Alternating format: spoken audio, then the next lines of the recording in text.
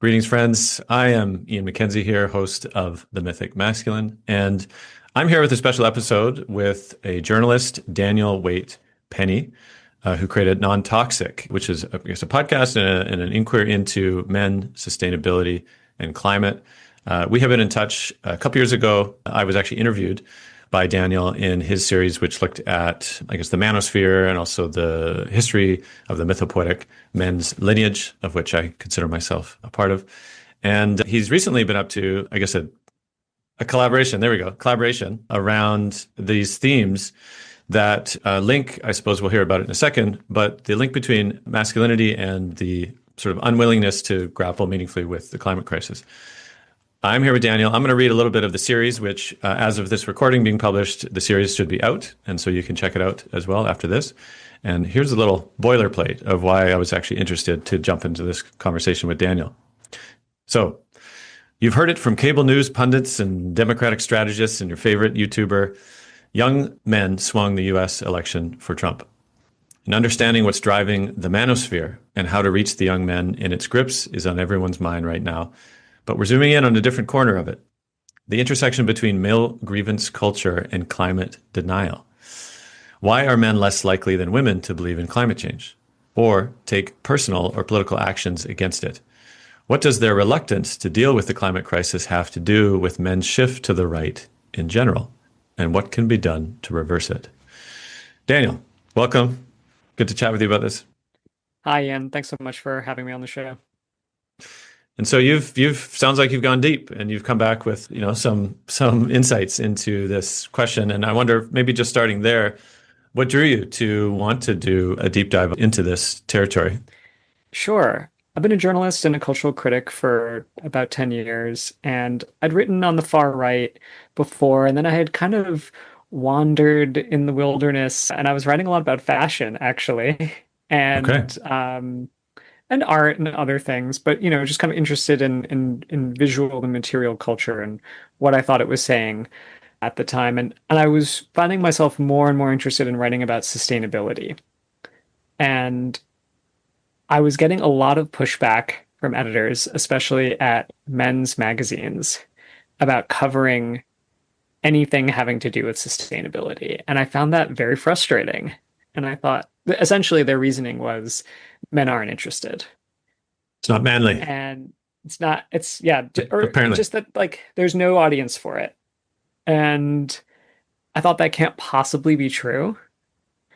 I'm going to, kind of go on this, I don't want to say crusade, but it's like, I'm going to do this experiment by myself. I don't care if anyone else signs off on it. I was just really sick of that process of trying to wrangle editors to give me permission to write about something I thought was meaningful. And so I started this podcast to explore, yeah, what I saw as this emerging coalition between what you might call misogynists or anti-feminists and climate deniers on the far right. And I was seeing that they were hanging out with each other, they were showing up on each other's podcasts, they were recycling one another's talking points, and it just seemed so obvious to me that there was this group who was pushing a particular mix of these beliefs, policies, values. And I thought, well, there are other men who don't believe in this stuff, right? In fact, probably a majority when really pressed, Don't but believe in, you mean like a sort of a far right who don't rhetoric, you believe in mean? the kind of, yeah, Andrew Tate, or who think climate change to some degree is real and have seen or personally experienced its impacts. But You're it's saying, not yeah, really, majority of men probably have some sense of that to be yeah, true. Yeah. exactly. But that it's not really articulated in a way where men feel like, okay, what does this have to do with me? And so often we find in politics, it's like it's the economy versus everything else. And politicians, especially on the right, will appeal to men and say, climate's going to hurt jobs. You're not going to make as much money. You can't support a all these things. And so Yeah. there are all these appeals to masculinity that the right makes in order to delay climate action or promote climate disinformation. And I just felt like, well, there's got to be someone answering back to that.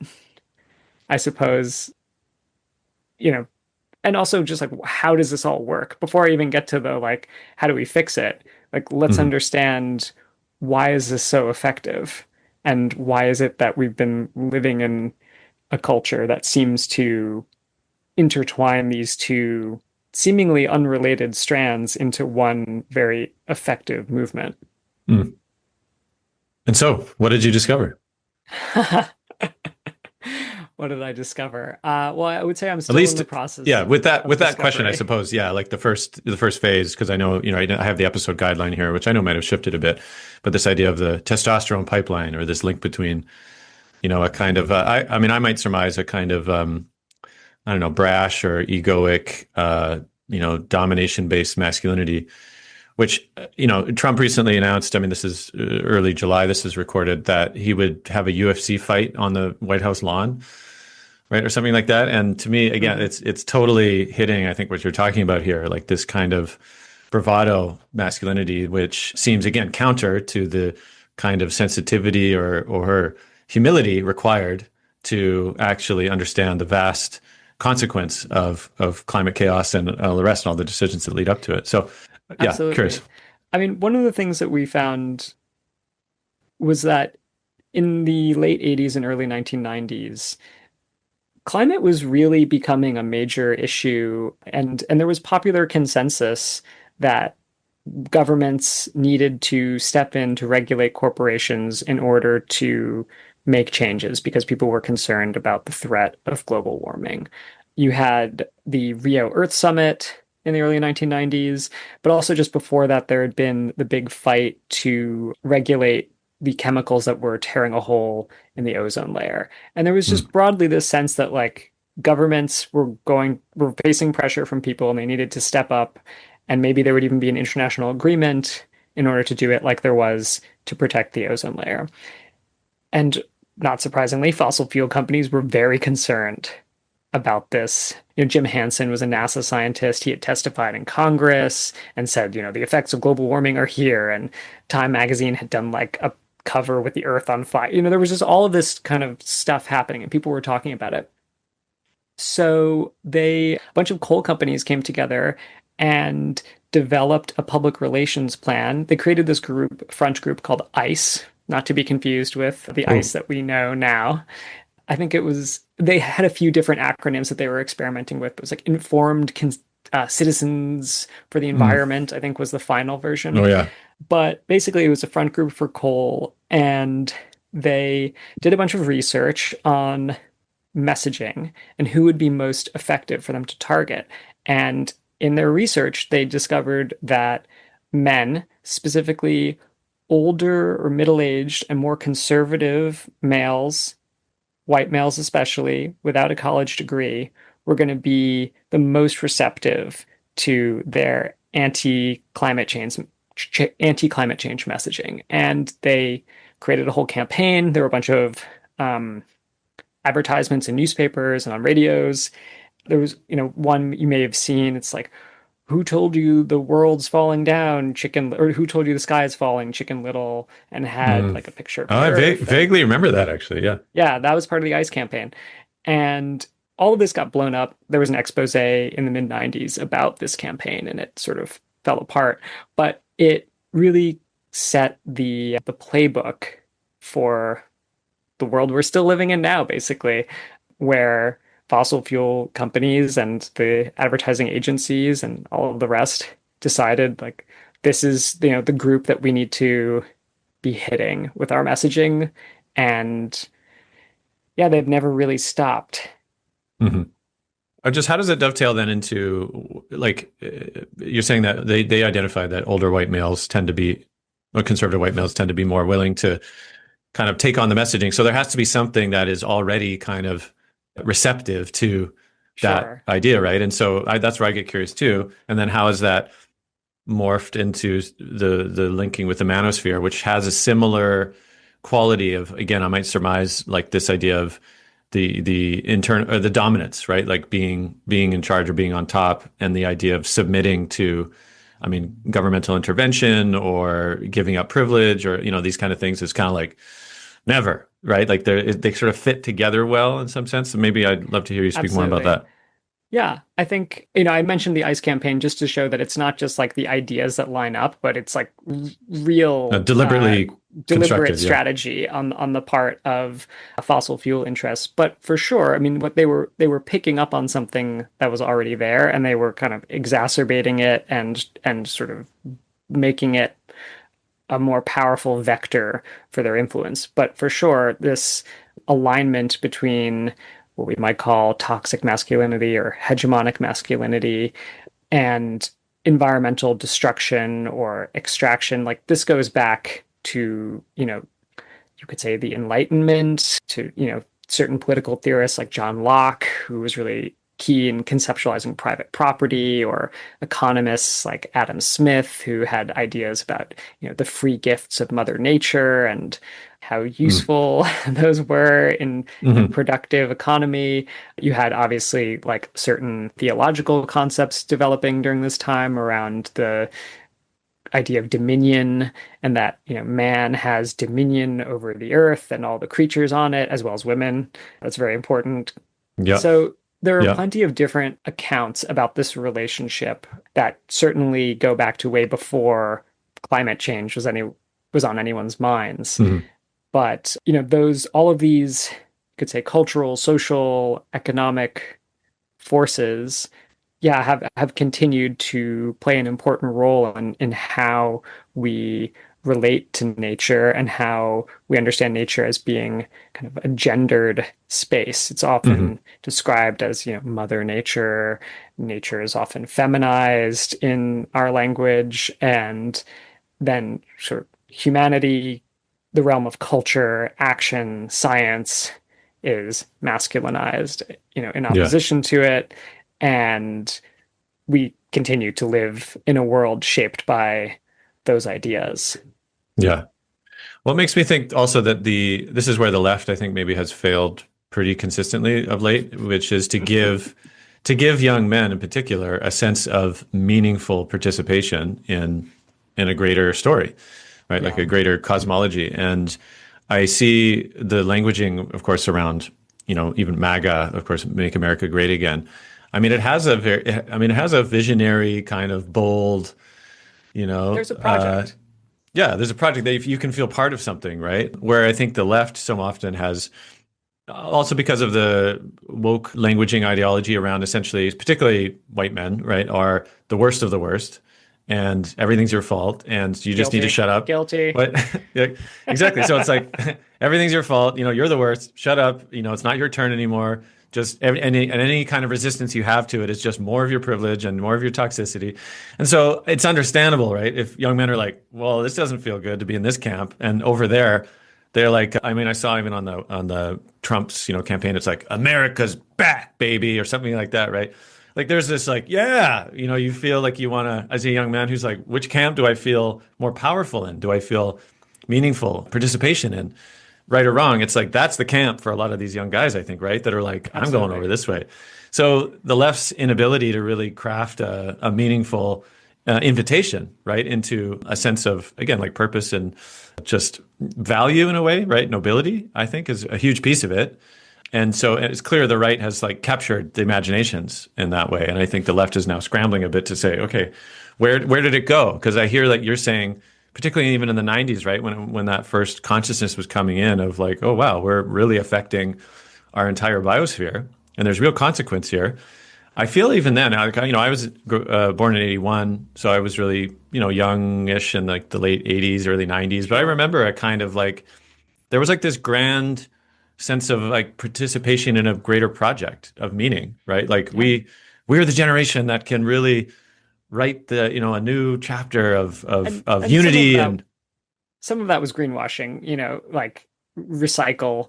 We all need sure, to take yeah, our yeah, personal responsibility, your carbon footprint, So even as we were witnessing or participating in this larger environmental consciousness, various corporate and fossil fuel interests were already kind of subverting and diverting yeah, that swell of support into these like yeah, either kind of corporate pointless solutions or or yeah, capitalist yeah, solutions. exactly. I mean, That we're never going to solve the problem. I mean, I'll say too, right? Even today, if somebody tries to throw a can in the garbage, I'm like, whoa, whoa, whoa, what are you doing? This is you got to recycle that, man. Like it's so programmed into me, of course, Metal actually is still recycled. It's plastic that is a complete for sure. boondoggle. Yeah. Listeners, do you should recycle your cans and your Oh yeah. glass and try to recycle your plastic, but also know that I think about only 8% of it will actually get recycled. Well, I mean, I think I was with Bayo Kamalafa interview where he was talking about because I think he lived in India at a certain point, and so he was maybe more aware of like where it ends up, and he's like, people in North America they think it goes off to some emerald city of plastic, regeneration. He's like, not most of the time, but okay. So I'll say that there was this moment it felt like to invite in a kind of grand possibility, and I mean, I even recall Inconvenient Truth, right, with Al Gore, there was that sense of kind of like here's the stakes, and I remember leaving that film right being like, whoa, it's dire, and yet there was this last 5 minutes or something, right, where it's like, but we can do something about it and change your light bulbs and this kind of stuff, and it was a bit like, okay, what? That feels like so little compared to the real mass visionary possibility required, right, And to really get a large scale amount of people on board, right, particularly men. and So this question of a visionary idea and the sense of the solutions from the center not really seeming to fit with the severity and the magnitude of the problem. I think the right actually has a better answer, which is denial. And this comes uh-huh. up a lot in our shows, the sense that But better in quotations, though, I think you mean? well, Like, better in the sense that it's like more effective and it kind of meets psychological needs that okay. the kind of technocratic like tweaks don't meet, right? So this idea that like either it's not real and like it's all a hoax and these people are just trying to control me, or even like the eco-fascist kind of end of the world doomer side of things, which, is dominated by men as well, the kind of prepper culture, survival, Yeah. these who have the fantasies of being like individuals out there in the woods with their stockpile of ammunition and canned Beans and food. bullets. Yeah. Yeah, exactly. And that's a fantasy that actually addresses in some ways the psychological horror that the climate crisis is Mhm. bringing with it. Whereas, yeah, this idea that like, well, if we just change our light bulbs and buy some carbon credits, everything will be fine. Like that's not going Yeah. to, There's kind it of a feels like cognitive dissonance, dissonance. Yeah, right? That a lot of exactly. people It's total feel. cognitive dissonance. It's like, how can this possibly be addressing the thing? Like, it's either like it's not real or it is real and the whole world is going to burn. Those are Yeah. the two answers offered by the right, and they appeal to us, certain types of kind of masculine identities. Either as you talked about earlier, this bravado, kind of ego-based, like I get mine and I don't care about anyone else. Yeah, it's a Which I kind of guess is a domination. Yeah, it's like a domination based like meritocracy, or at least the appearance of it, right? yes, And I think yes, that's this sort also of where the social right. Darwinism.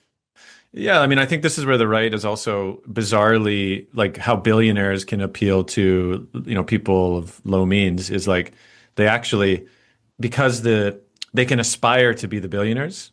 There's somehow more connection, even though their lives are just completely different, of course, like Jeff Bezos, renting out Venice. And it's like somehow that appeals though to somebody who can feel like, oh, that could be me though. I can, if Yes, I keep what I earn and then keep working at it, like I could be them, which again it, creates this false idea, right? That somehow they share the same values. it's an old expression. I think it was from the Reagan era that America was a nation of temporarily embarrassed millionaires who just Yeah. weren't millionaires right this moment, but they would be soon. And we have to up that to billionaires now based on the surge of capital. But it's the same idea. And yeah, I think that is very effective. And it's, to your dominance point, I mean, we open episode 2 with just a super clip of Trump and his administration. They're all saying energy dominance, energy. We're unleashing America's energy dominance. Like they they say dominance a lot, and it's very clearly a keystone of Yeah. um, their vision of how America should be and of how, the men who lead it should be. Yeah.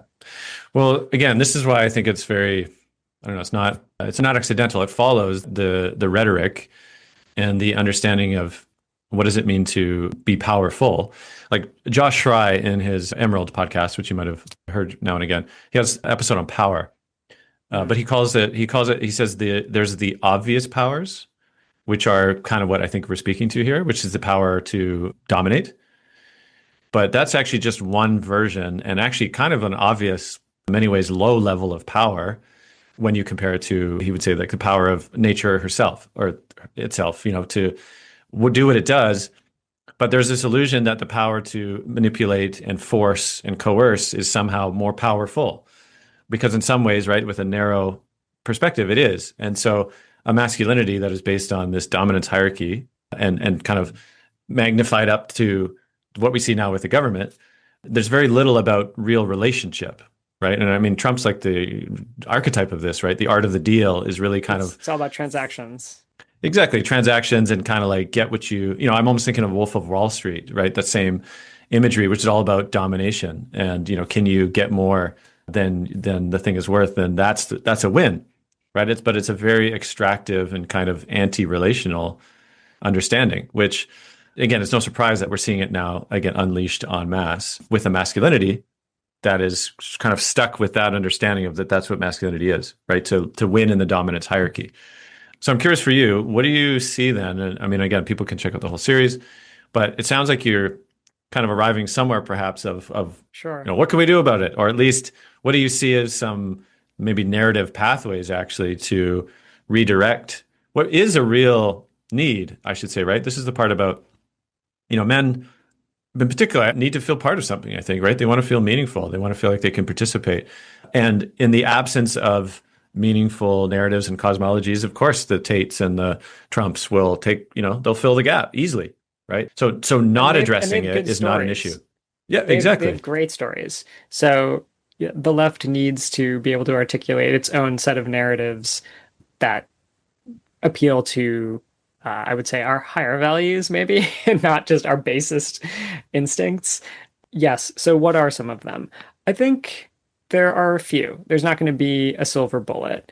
One is, or was, now that the IRA has been completely gutted, it's hard to imagine what will happen. But I think the Biden administration's half-baked answer was this idea of green jobs. The problem was that they subsidized corporations instead of directly creating Mm. green blue collar, or you might call them green collar jobs, right? There's an enormous amount of work that actually needs to get done to fix our planet. A lot of it is work that would be done by the same people who currently work in the fossil fuel industry do.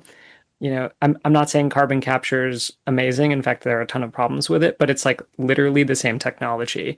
A Mm. lot of people who are working in like mining, it's like those people can be retrained to like do things with like carbon remediation where they like capture it like in rocks essentially. I don't know if you're familiar with that process. It's pretty interesting. Basically, there are all of these huge scale projects that need to get done.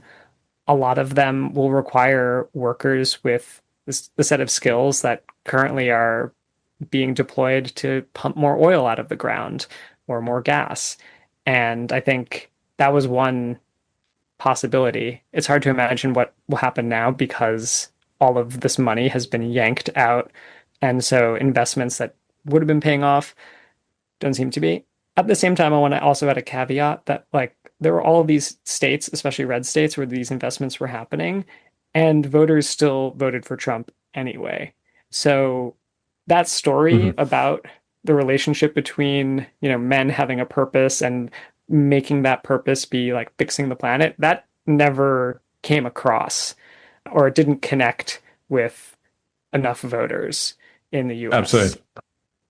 On the flip side, you have people like Richard Reeves, who has advocated this idea of more men being involved in so-called pink collar work. So nursing, teaching, jobs that are traditionally associated with women Mm. because, well, for one, those are actually very low carbon jobs. So that would be great if we, as a society, decided to invest more in social reproduction, essentially. And there's a huge need for them. Like, there's so many unfilled nursing and teaching jobs in the US and elsewhere. We have to import nurses from all over the world to Mm. meet the demand. And, you know, maybe, sure, there won't be as much action happening like in the shale oil, like in extracting natural gas, but like you could still get a really good paying job doing something in your community to help your kids or your neighbor's kid, or like take care of your childhood friends like dad, like those are meaningful projects, and I think like those could be articulated to men in a way that kind of changes our understanding of what's a feminine and what's a masculine job. I don't think that's going to appeal to everybody. I think there are plenty of men for whom that idea is just like a Oh yeah, that no-go. might be a tough sell to some. But I guess as well, right? For me, there's this question around what is the grand narrative of some fashion, right? That actually animates. Because why does money flow, right, in a certain direction now? Sure. Why does, the idea of domination and masculinity fit so well, right, within that narrative? And I'm curious for you, yeah, has there been some hints at that? Yeah. Those, what I just hit on are essentially policy solutions. They're Yeah. not like culture or value changes.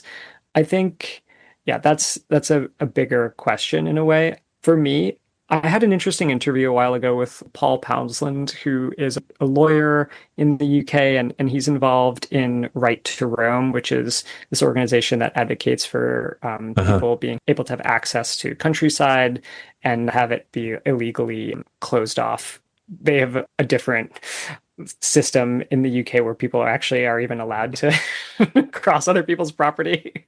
They In the are US, allowed, you that mean? yeah, they are Oh yeah. theoretically they're supposed to have access, but oftentimes landowners like do things to prevent people from having the right of way. Um, Hmm. and so there's this fight in England to have the right to roam, excuse me, which they are allowed to do, for example, in Scotland. You can just like go anywhere you want as long as you're not damaging someone's property or interfering with their Hmm. sheep or whatever. It's fine.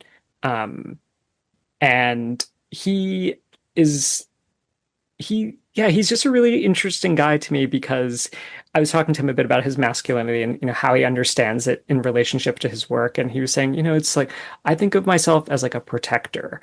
And he was telling the story about there was this tree that was going to be illegally cut down, and he just like went and stood in front of the tree and said like, I'm not going to let you cut down this tree. I'm not going to violently stop you, but I'm going to stand here and prevent you from doing it. And eventually, the issue went to court, and they won, and the tree wasn't cut down. And I think, he felt this sense of like this, this sense of purpose, but also, yeah, a sense of strength and I suppose a kind of honor that he was thinking about as well. And Hmm. so all of those values can be redeployed to be positive. They don't have to be like inherently destructive things. And I think that's something that we're still as a culture working out. But I agree, like climate, it's a project of a lifetime. Like multiple lifetimes, multiple generations are going to be battling to undo and mitigate the effects of the Hmm. climate crisis. And I mean, if you want a war, like Mm. that's a so-called war or Oh. battle that, I would hope that many men would feel compelled to join into, the Mm. defense of our planet, essentially. There is a lot of work to be done, and you could conceive of a masculinity that is really about protecting the planet, doing that work, and yeah, making our world a better, safer place. Hmm. Well, I just want to highlight a couple things too, and I know we're closing off soon, but so it's interesting you say war, and again, I caution around this idea of war consciousness. I mean, I know other authors have spoken of this, particularly Charles Eisenstein, but just this idea that by deploying war consciousness against feedback loops that are essentially human created, right? Mhm. It's like shadow boxing yourself. this idea that, and so I get, but war, what is the function of war typically for men? Is to call them into a higher nobility, right?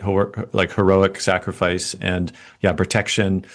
And so those ideals actually harness towards in service, right? To me, that's actually a deeper understanding. Like in an older indigenous frames of like warriorhood, right? It's never just to, go create mayhem. It's actually to protect the community, right? And Yeah. so, and then oftentimes when the warrior is not required, right, there's rituals and things to kind of like put that down and like come back to be a community member. So I feel like there's possibilities there, certainly, right, to invite in that kind of harnessing those values. And I do think it requires also a consciousness shift around this idea of unity, as in there's no separation between, nature and us in the sense Yeah. that we're all part of it, right? But, short of a mass psychedelic trip for, which maybe not a bad idea, but there needs to be a kind of, yeah, like a deeply categorical shift, right, from like nature as other and into nature as us, which, again, happens in different ways, lots of different indigenous wisdoms and plant medicines and things can be useful, but also can get co-opted, of course, as we know. So it's a big question, right? What's it going to take? And just last thing too, there's a line, I think it's from an author, you might recognize it. I don't remember the source, but my teacher, Stephen Jenkinson, quoted it one time, something like, we would rather be defeated than persuaded, which is kind of a tragedy, right? That I Yeah. think climate chaos is kind of strongly persuading us to proceed otherwise. But there's all of this reason why there's like, clinging on to like, no, like we're in charge here still. And ultimately defeat is no doubt is the outcome, which will keep getting, the defeats will get more and more intense without meaningful change. So appreciate you leaning into Yeah. this and this inquiry. Thank you so much for having me on the show. I think, we'll try to be offering some more answers in episode 4. I don't want to give them all away. Oh yeah. But yeah, there is this sense that I think a lot of, especially young men have, like that their life is pointless, that there's no future for them. And I think it is up to the left to say there is a future for you, and it's not going to be like you're not going to be the king of the world, which I think is the future that the right tries to sell, that like everyone can be like a little sovereign king with his own Mhm. little territory. Um, but there is this big project that you're welcome to be a part of, that we need you, in fact, Yeah. and to tap into that sense of wanting to contribute, wanting to achieve, wanting to make a difference, which I think is, gravely missing. And I would say, lastly, that like the the faces of climate are mostly women. And I think that this is something that needs to be reconsidered on a kind of, at least on a rhetorical level. There's lots of data from the UN and from other groups saying that, women are going to be more severely affected by the climate crisis, and then also that, women are more likely to believe in it already, all these things. So I understand kind of why thus far people who kind of symbolize the climate crisis, like Greta, it's a young girl. But I do think that the right has really weaponized that and Yeah. conflated femininity with a concern for climate. And Yeah. so I think, if we're going to kind of win that battle of persuasion, we're going to have to think about like, well, what does a so-called like a healthy masculine concern for the climate crisis look like? Like in what person, in what sort of activities, and to kind of model that in an Mhm. attractive and persuasive way. Mhm. I haven't totally found that person yet, at least in US politics. We're experiencing a dark night of the soul on the left. I guess we've got Zoran. That's been exciting, but in general, Yeah. there haven't been a lot of exciting guys. I mean, look what happened to Fetterman. My God, Mm. he was supposed to be the new Bernie Sanders, and boy, did that not pan out. Mm. Um, so I think it, I don't have the answer as to who that is, but I have a sense of like who who it might be, or what the type of person or Yeah. persons and organizations that we're looking to see. Um, on a smaller level, it's like, get outside, do things like go on hikes with your bros, right? There's this kind of idea, you said men are lonely, and it's true. There's tons of sociological data showing that men have fewer friends, they spend less time with their friends, they don't talk to their friends as much. Um, and I do think you can kind of to use a sort of corny vegan expression, you can feed two birds with one scone here. Uh, Yeah. Well, which let is, me say this. spend the time with your commune with other dudes outside. Like go on a walk, go on a hike. Yeah. Like, these are kind of low effort, but it's like I do think it's important to establish that like there's a relationship that men can have to the natural world, one that involves like community and fellowship, and that this is like a thing that matters and is worth protecting. Because I think for some people it's like so distant, they don't even remember like why this matters.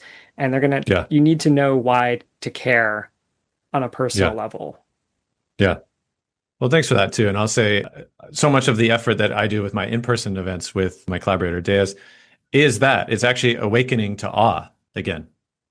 That's the core of actually what we do, because when men awaken to awe, there's a natural desire to participate and protect. Right? When you actually see the majesty of a tree or an encounter with nature, you're like, oh my God, this is so precious. Like it follows naturally. So reconnection is I think, foundation of the Yeah. willingness to participate meaningfully. So the more that men can reconnect with nature, with each other, with depths, with their soul, I think the more possibility there might be. So, Daniel, where Yeah. can people find the series? I know I'll put it in the show notes, but maybe you want to name it. So the series is called Carbon Bros, and you can find it wherever podcasts are sold. And my show is called Non-Toxic, and Carbon Bros is a collaboration between Non-Toxic and Drilled. And yeah, it's been a delight working with Amy Westervelt. She's been my collaborator. She's an amazing investigative journalist. Drilled has been around for a long time. It's kind of one of the OG climate podcasts. I strongly recommend that you take a listen. She's a real inspiration. And yeah, you can go back to some old episodes of Non-Toxic if any listeners are curious. I've interviewed, Hmm. scientists, gardeners, a designer of a mycelium coffin. It really ranges, but I try to find interesting people who are thinking about these issues or experiencing them in their lives, and see how we might move forward. Okay, Daniel. Thanks again for the conversation. It's Onward been a we go. pleasure, Ian.